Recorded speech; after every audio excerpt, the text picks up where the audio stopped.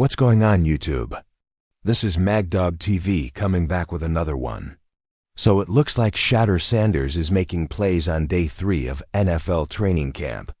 We also had reports that Shedeur Sanders ran some reps in with the second team offensive line. Also, we have the reporters with boots on the ground speaking out about this quarterback battle and how all quarterbacks did in the first opening of 11-on-1 11s. We're going to talk about all that in this video. So let's get to it. To the city I go, from Colorado to the bayou I go. Y'all know the motto, get a info I know. My people know it's MagDog TV, let's go. To every other city I go. From Colorado to the bayou I go. Y'all know the motto, get a info I know. My people know it's MagDog TV, let's go. To every other city I go. From Colorado to the bayou I go. Y'all know the motto, get a info I know. My people know it's MagDog TV. As I mentioned before, there's breaking news. On the third day of NFL training camp, Shedeur Sanders was making plays. He was reportedly jogging with the offensive line of the second team. A special thanks goes out to Dan Lee. He's among the men getting their feet wet for the NFL training camp. I have video footage from Shedeur Sanders' third day of NFL training camp, about the Cleveland Browns. After showing you this video clip, I'll share my opinions with you all and offer you a bonus look at a few of his former players who just finished their third day of NFL training camp. So let's continue this train. Therefore, I would also like to include Zach Jackson, a veteran Cleveland Browns reporter, before I show you guys the video footage. Sanders is currently on the second offensive. His name is very significant. Follow the Cleveland Browns. You should surely go check out his Twitter account, follow him, and do everything else mentioned. In any case, we're going to continue this video after I show you all the Shedeur Sanders video clip from the day. Thus, you may observe Shedeur Sanders going about his daily business when he has free time. Get upfield, do a quick drag route past the wide receiver, and well, the rest is history. Additionally, he will take a flat path. The running back's route will be flat. He will get a blow from Shedeur Sanders, who also keeps the sticks moving. Man, that's all you can hope for. I mean, make the most of the chances that are presented to you. Shedeur Sanders was only allowed 2 pass plays today, but he made the most of them and got to work with the offensive line of the second team. Additionally, Joe Flacco was the first to begin practice in 11-on-11. Kenny Pickett was the second to start. Dillon Gabriel began the game in third. Shedeur Sanders then led the third team in 11-on-11 run to begin practice. Shedeur Sanders, however, got some reps with the offensive line of the second team at the close of practice. I'll play this video clip so you can hear the Cleveland Browns official sports media podcasters discussing the start of practice, the 11-on-11 rotations, and of course, what Shedeur Sanders accomplished with the chance he was given. Race for you, Elk and Elk is a proud partner of your Cleveland Browns. That was fun, man. 11-on-11s. How? And this was, you mentioned this, well, it was happening. First time that we had seen Flacco with the 1v1s in that. Yep. Pickett went second, then Gabriel got some 1s versus mostly 1s.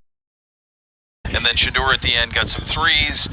And then there were a couple of 1s in at linebacker as well. So really a long look at all of the quarterbacks and the offense. And I would be kidding, and it would be not truthful for me to say it went anything other than not great offensively. No, it did not. It was dominated by the defensive lines up there. Now they're in an 11-on-11 period that's just kind of walk-through pace. They're just getting looks and walking through. The quarterbacks aren't throwing the ball or doing some of the pointing and whatnot as they continue to ramp up here before the pads come on next week.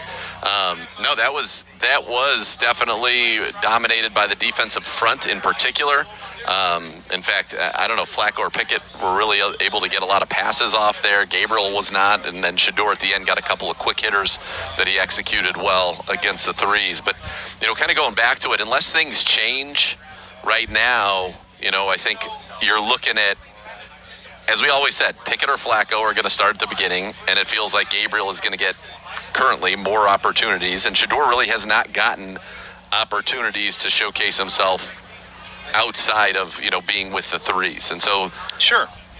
if that doesn't change, then you can go ahead and say he is not going to be, you could definitively say he's not going to get an opportunity to be the starter early in this football season. But we'll see how this thing evolves as it goes on. That's what I think is going to be more interesting, where it starts and then what it evolves to at that position. Well, also, my goodness, you think about, we only get to see him for this little time that they're on the field, but it's an all-day evaluation. Of course, and the meeting rooms are so all important. Of that stuff. And when Kevin was with us and he was telling us about everyone in that room, these four guys, him, Bill, Tommy, Deshaun, it's a massive room of quarterbacks with a lot of experience and offensive minds with a lot of experience. Yeah, they've all played the position. There isn't a single person there that didn't play it at a very high level. Tommy obviously in college, and Bill Musgrave making it to the National Football League along with the rest of them. So there is a lot of knowledge. Bernie, what goes on in those quarterback rooms? You're going to have this practice, right? You're going to go in there, you're going to watch the film together. What is that like? Yeah, you know what, as you were saying that, I was kind of reflecting back on an interview I saw Joe Flacco a week or two ago, maybe it was a month ago, but he was talking about asking, are you a mentor to the young quarterbacks in there? And he didn't say I'm a mentor. Matter of fact, he said, no, I'm not a mentor. But for the young quarterbacks and for people out there listening, and for you, if you're in that room and you're a young quarterback, just watching what he does, he is mentoring by how he conducts himself, how he threw that fade against Denzel to Judy, how he's going to talk to Coach Musgraves and Coach Reeves afterwards when they all watch that play together. The younger quarterbacks to watch how he's handled himself, and even Kenny Pickett is a veteran to be able to be around Joe Flacco. This is enormously positive for the young guys. Needing to see the field more. What would you say is the biggest area where you want to see growth out of yourself over these next few weeks? Just technique on defense side of the ball, and as well as the offense side of the ball. And I make sure that my technique is up to par so the coaches can trust me more and make sure I know my plays. Thank you. You actually started chanting his name today. I don't know if you heard that. What have been your impressions of him? Real energized guy. He brings energy, so he's been a real blessing to have him around too. His presence in general. Strides. The two biggest ones are probably presenting the play in the huddle and then also being under center.